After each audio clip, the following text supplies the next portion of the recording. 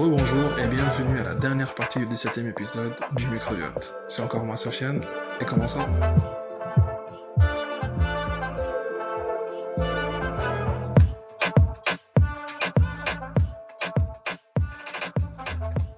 Dans un quart des personnes, et dans ce un quart, 80% c'était des personnes qui étaient obèses. Donc Mais c'est fou, un quart c'est énorme. C'est énorme. Et dans les un quart, c'est 80% qui sont obèses. Donc ça veut dire... C'est aux États-Unis? L'étude, je sais plus où est-ce que ça a été mené, cette étude-là. Parce que pour avoir comme un quart de la population qui est obèse... C'est pas ce que j'ai dit. Non. C'est J'ai un quart de 340. Ouais, bon, c'est pas grave. Mais quand t'as un quart de 300 et quelques personnes, dans quel pays tu vas trouver autant d'obèses sur 300 et quelques? Après, quels sont les critères pour participer aussi à l'étude? Ce n'est pas ce que j'ai dit. Les préjugés directs. Écoutez ce que j'ai dit. J'ai dit, ils ont pris 341 personnes, ok?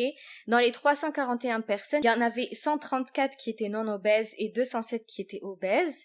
Et sur ces 341 personnes, un quart avait un microbiome qui était qui était pauvre en fait. Et en fait, ça correspond à 80% des personnes qui sont obèses. Donc tu fais le lien entre quelqu'un qui a un microbiome pauvre, il a plus de chance d'être obèse et d'avoir des problèmes au niveau de diabète, etc. Puis ce qui a été fait, c'est qu'ils ont fait des greffes à ces personnes-là. Et une fois qu'ils ont fait les greffes, leur microbiome s'est enrichi, il y a eu plus de diversité de bactéries, de champignons, etc. Et ils ont perdu du poids, comment on appelle ça, il y a une amélioration des paramètres biologiques et il y a une perte de poids. Donc tu vois bien que en fait le fait de manger plus de fibres, de manger varié, de boire de l'eau, de ne pas prendre beaucoup d'antibiotiques, ça aide et ça contribue à ton bien-être finalement.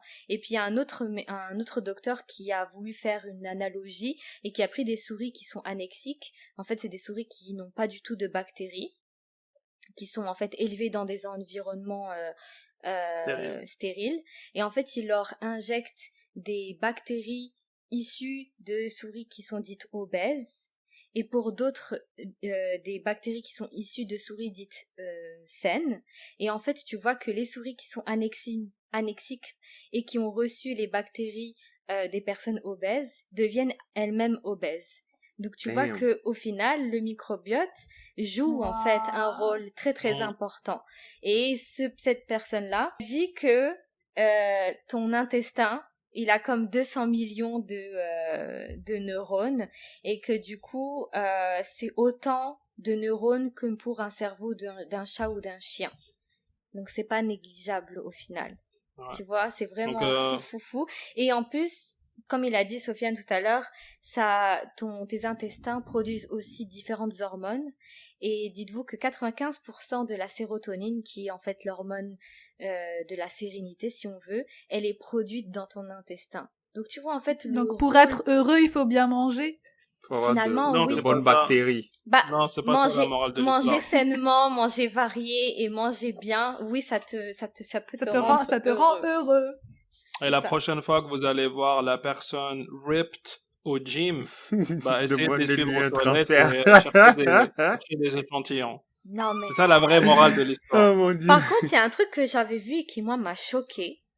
C'est que il y a des personnes, vu qu'ils ont vu que ces transferts de bactéries fécales et tout, c'était bien, ça pouvait faire maigrir les gens et tout. Il y a des gens... Two girls, one cup. Oh, des pionniers. Oh mon Dieu, Sofiane. Il y a des gens... Bring that out now? Grave, il y a des gens sur YouTube qui montrent comment faire en DIY des transferts en DIY. Arrête de nous sortir des gros mots do techniques it yourself. Comme ça. Voilà, ça do it expliqué. yourself DIY. Ça se voit que t'as jamais vu une vidéo YouTube. Tout le monde dit DIY. Personne dit tout le monde sauf moi. Je ne sais même pas, je savais même pas ce que ça veut dire. En gros, tu fais des choses par toi-même. C'est ça. Les DIY, c'est des tutos pour faire des objets toi-même. Tu vois, au fait, Sofiane, tellement nous, on sait tout faire nous-mêmes qu'on ne peut pas rechercher comment faire des choses. On ne peut pas connaître l'acronyme, quoi. Franchement. On vit dans des mondes différents, tout ça pour dire qu'il y a des personnes qui te montrent comment faire des greffes fécales et du coup, les personnes se le font à eux-mêmes. Et du coup, c'est très très dangereux parce que déjà tu utilises des choses qui ne sont pas stériles. Qui te dit que la personne elle a pas une bactérie ou elle a pas des problèmes digestifs ou je sais pas quoi, puis tu vas te transférer des selles genre et du coup faites attention. La personne est porteuse saine de staphylocoque et toi tu l'es pas. Exactement. Donc c'est pas parce qu'il y a des choses qui sont utilisées en médecine et qui sont faites dans des conditions strictes dans un hôpital et encadré tout ça que ça veut dire qu'il faut faire la même chose. Parce que maintenant, la mode, c'est je veux maigrir, je vais m'acheter des gélules amincissantes. Pas amincissantes, des gélules avec du microbiome. Des morceaux de caca, quoi. Non, juste des bactéries, en fait, qui constituent ton... L'expression mange de la marde, jamais été... mais en fait, sans blague, ça existe déjà des trucs comme ça. Et c'est les yaourts. Oui. Avec du bifidus actif? Oui, sauf que les lactis régularisent les yaourts Activia. Le problème, t'as trop écouté la publicité, toi. Mais le problème avec ces histoires-là, c'est que oui, c'est vrai, mais pour que tu manges un yaourt et que ça colonise ton intestin, c'est quasiment impossible parce que c'est comme si tu prends une rame de métro, elle est remplie de personnes, puis toi tu rentres genre 2 ou 3 personnes en plus, tu peux pas aller coloniser toute la rame, tu vois. Tu vas être au final éliminé dans les fesses et tu vas pas pouvoir t'accrocher et rester. Tu vois ce que je veux dire? Il y a pas de place. Il y a pas de place. Ouais. Il en faut des millions et des millions. Donc en fait, les bactéries qui sont à l'intérieur, oui, elles sont bonnes et oui, ça peut t'aider, mais le nombre de millions de yaourts que tu vas devoir t'ingérer pour que ça puisse faire effet, c'est quasiment impossible. Donc c'est en fait juste marketing. J'ai une autre question. Est-ce que le kombucha c'est meilleur de ce côté-là? C'est quoi le kombucha? Parce qu'ils disent que si tu prends tu fais une cure de kombucha, c'est ça. Kombucha c'est une boisson c'est à base de levure. À base de levure, c'est ça, et c'est censé comme rééquilibrer la flore intestinale. Ça donne à manger à tes bactéries, mais ça peut pas non plus avoir un effet escompté sur du long terme parce que les levures vont être éliminées au bout d'un moment. Donc elles vont donner à manger. Mais ça marche sur une personne saine pour qu'elle reste saine. Il faut qu'elle en boit des litres et des litres. Mais c'est des cures de 3 mois ou des trucs comme ça. C'est le même problème avec le yaourt, c'est que comme les cultures où ils mangent beaucoup de yaourt, ils l'utilisent pour faire à manger, ils l'utilisent comme pour boire, ils l'utilisent pour manger, like different things. Et ils ont beaucoup de personnes qui arrivent à vivre au-delà de 100 ans. Je crois que, moi ça m'avait surpris, mais je crois que c'est je crois que c'est la Grèce en fait qui a comme un des taux les plus hauts dans le monde de personnes qui vivent au-delà de 100 ans. Parce qu'ils consomment beaucoup de yaourt. De yaourt grec. Ouais, yaourt grec. Mais genre, c'est pas juste, ils le mangent en tant que yaourt, ils font du shawarma avec, ils font du quoi avec? Shawarma. Bon, ils l'appellent pas shawarma, mais... Ils font mariner de la viande dans du yaourt, en gros. Ouais. Mais ils prennent aussi du kéfir, c'est ça? Ouais, c'est un type de yaourt. C'est plus au Moyen-Orient, ça, je pense, hein. Ah bon, c'est comme, comment dire, là, mais c'est juste pour te dire que... Oui, c'est comme du lait, ouais, c'est ça. Les fermentés. Ouais. C'est juste pour dire que peut-être que le kombucha a un bon effet aussi, tu vois, mais ça prend comme une consommation durant toute ta vie. C'est ça. Mais je crois que c'était comme, faut faire une cure pendant 3 mois, puis s'arrêter pendant 3 mois. Genre, c'est comme continu, le kombucha. Tu fais 3 mois, ou tu consommes ça 3 mois, t'arrêtes. Oui, mais même malgré ça, c'est juste les histoires de la mode. Mais ça va jamais avoir un bénéfice sur du long terme. Faut que ce soit une diète vraiment imposée à depuis que t'es né, quoi. Exactement. Donc, tu vas pas pouvoir changer radicalement ton microbiote intestinal juste en buvant du kombucha. Mais en vrai, la solution, c'est ça, la solution la plus simple, c'est de bien manger, en fait. D'essayer de manger le plus équilibré possible. Et varier, surtout varier. Oui, c'est ça. Bien manger, c'est manger varié, en gros, équilibré. Ouais, parce que quand Rita, elle parlait de microbiote pauvre ou microbiote riche, c'est pas nécessairement le nombre de bactéries, c'est plus la diversité de bactéries. C'est ça. Mais c'est ça, c'est la mode, là, des gélules que tu vas prendre... Attends, mais comment ça s'appelle, là? T'as des gélules où il y a des bactéries à l'intérieur que tu vas manger. Mais il y a aussi maintenant la mode... des probiotiques, voilà, c'est ça. Des probiotiques, donc c'est les bactéries qui sont bonnes pour ton corps. Mais encore là, tu sais, genre, faut que t'en manges des millions et des millions. Mais maintenant, la mode aussi, c'est que tu vas donner, en plus de manger les probiotiques, t'as les prébiotiques. Les prébiotiques, c'est quoi? C'est la nourriture que tes probiotiques vont manger, tu vois. Donc maintenant, il faut que tu combines les deux.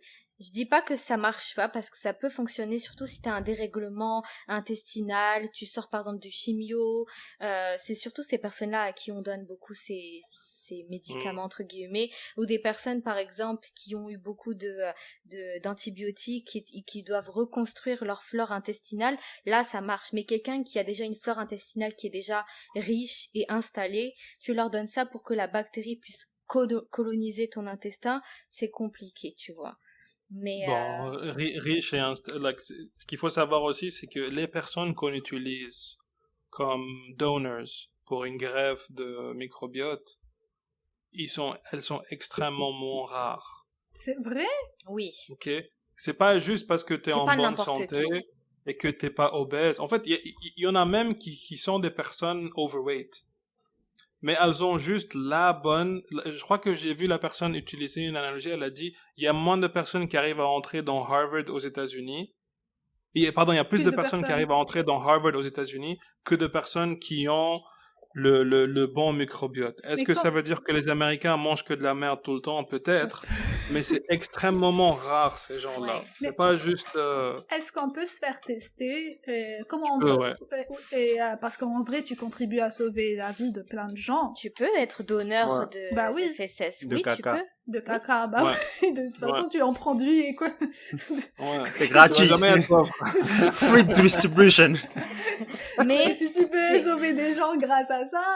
C'est vrai, tu peux te renseigner, c'est possible de faire ça. Puis moi, les études que je vous ai sorties, il y en avait certaines qui étaient faites en France, donc c'est pas juste les Américains.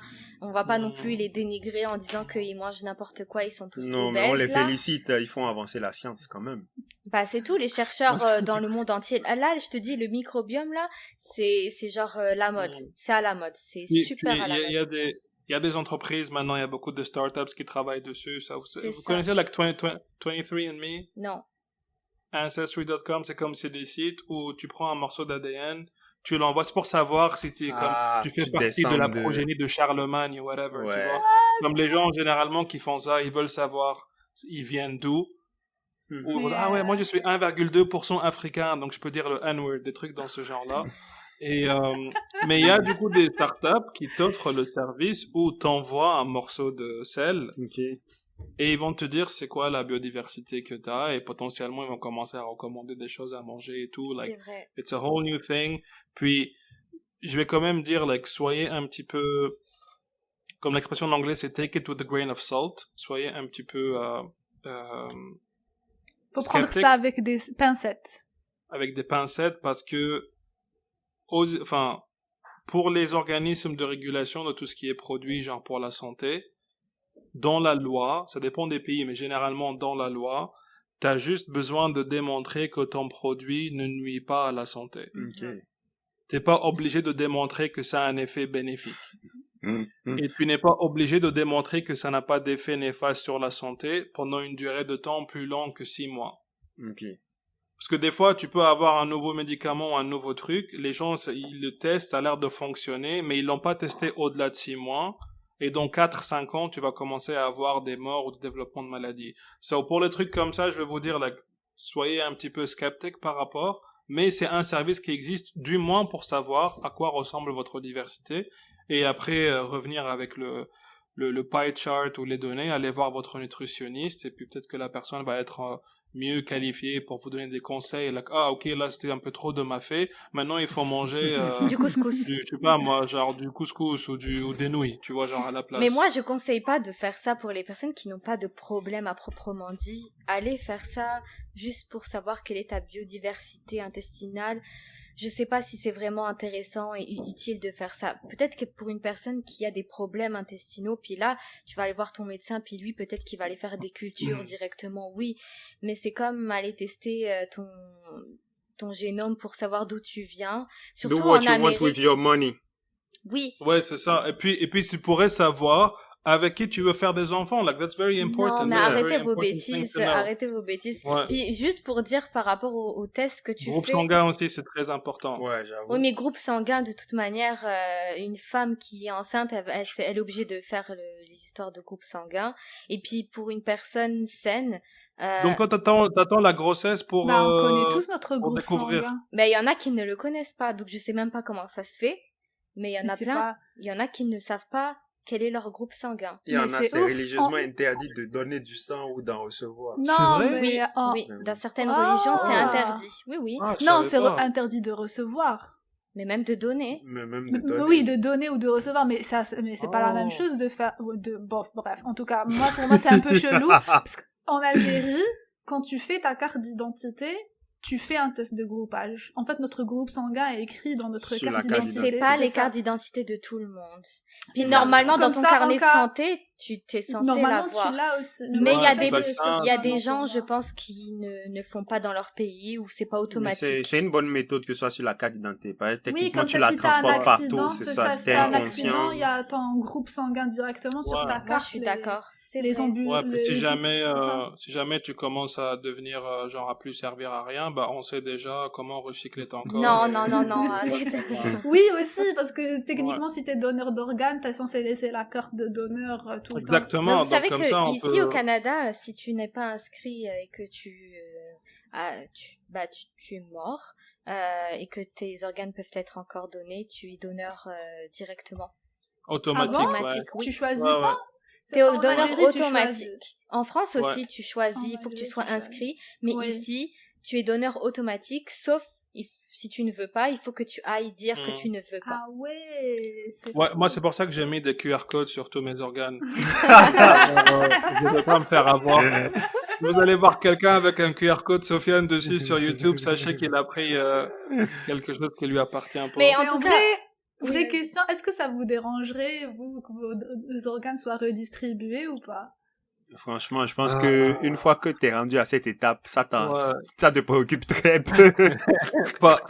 Mais attendez, ne spoilons pas parce que moi je pense que ça peut être très intéressant de parler de greffe et de dons d'organes dans un prochain épisode. Donc ne spoilons pas tout de suite. Mais c'est très intéressant ce que tu dis. Mais moi, je veux juste dire quelque chose. Pour les personnes, en tout cas, qui sont en Amérique ou au Canada, je ne vous conseille pas d'aller faire des tests génétiques pour savoir quelles sont vos origines, etc. Parce que ils vendent vos données aux assurances. Et du coup, quand tu veux prendre une assurance, ils peuvent avoir toutes les données, puisqu'ils ont tout ton génome, donc ils peuvent savoir le pourcentage de développer un cancer, toutes ces choses-là, le diabète et tout, et ils utilisent ça en fait contre toi parce qu'ils vont faire augmenter tes assurances. Donc je vous conseille pas de faire ça en Europe parce que c'est interdit que les assurances vendent les données. Donc si vous voulez faire, écoutez, faites. Mais bon, en soi. Je sais pas si ça apporte réellement quelque chose, à part si tu te cherches vraiment à savoir qui tu es, d'où tu viens. C'est toujours intéressant de connaître ses origines, comment tes ancêtres ont bougé, Oui, Sofiane? Il y en a qui partent trop loin dedans, tu vois, genre, la personne comme, je sais pas moi, elle est tunisienne, tu vois, puis elle découvre qu'elle a 0,5% chinoise, puis elle revient le lendemain, elle porte des habits chinois. Et elle te dit, je me suis retrouvée, le niveau d'investissement. Ouais. C'est comme, faites-le, oui, c'est intéressant de savoir d'où on vient, mais comme... Pas la peine de commencer à parler mandarin demain, quoi. Ouais, c'est ça. Tu veux apprendre la langue, parfait. De toute façon, les Chinois vont prendre le contrôle du monde. C'est bien de commencer dès maintenant à parler mandarin, mais... Mais moi, je pense que déjà, tu peux demander à tes parents, à tes grands-parents si tu as encore la chance de les avoir. Puis en général, dépendamment de l'histoire de ton pays ou de ta région, tu sais potentiellement qui sont passés par là, quelles sont les ethnies, etc. Donc tu sais plus ou moins à peu près... Oui, mais tu sais pas exactement, c'est justement ça. Mais genre, même là, il te prends comme exemple... Les grands-parents t'ont menti, hein, genre on sait jamais ce que la... C'est ça, prends comme exemple juste l'Algérie. Tu t'imagines le nombre d'héritage que tu pourrais avoir avec toutes les personnes qui sont passées, genre les Italiens, les Espagnols, les Français, les Turcs, les Arabes, puis t'as les Berbères, et puis t'as plein de pays africains aussi qui sont montés. Oui, donc tu sais, mais tu sais que quand tu fais le test, tu sais que quand il fait le test, il te donne juste un pourcentage, c'est même pas quelque chose de super précis, hein. Donc en soi, c'est exactement la même chose. Tu sais qu'il y a les Français qui sont passés, les Ottomans, les Italiens. Ok, bah tu vas avoir un pourcentage peut-être différent, mais ça va être quand même la même chose. Donc, est-ce que tu découvres vraiment quelque chose de nouveau? Tu vas aller demander les papiers. Imagine, tu pars à la préfecture avec ça en mode... voilà. S'il vous plaît, je suis la descendante de Oncle Bernard, donc voilà, je veux les papiers. Mais en vrai, j'imagine que c'est beaucoup plus intéressant pour les Américains de découvrir d'où ils viennent, en particulier pour la communauté afro-américaine. Et beaucoup d'entre eux ne savent même pas de quel pays ils sont originaires vu qu'ils ont été déportés et tout. Mais après, c'est sûr que quand t'es dans européen ou africain ou des choses comme ça, tu sais un peu plus d'où tu viens. Mais c'est peut-être intéressant de voir un peu plus les détails et les mouvements de tes ancêtres. Tout ça, c'est plus pour le plaisir que pour découvrir réellement, tu vois. Ça. Mais il y en a beaucoup qui font ça parce qu'ils se disent je ne sais plus qui je suis, ils ont une crise existentielle. Puis c'est pas en découvrant tes origines que tu vas savoir qui tu es. Ouais, bah non. Surtout que quand ta famille est dans un pays depuis un certain moment, surtout si c'est un pays qui a une administration, c'est assez facile de remonter au niveau de tes ancêtres sur pas mal de générations, tu vois. C'est vrai. Mais bon, moi c'était ça pour moi, pour vous parler du microbiote. J'espère que ça vous a intéressé. Merci d'avoir écouté jusqu'à la fin. Puis on se dit à la prochaine et ciao ciao, bisous. Bye bye.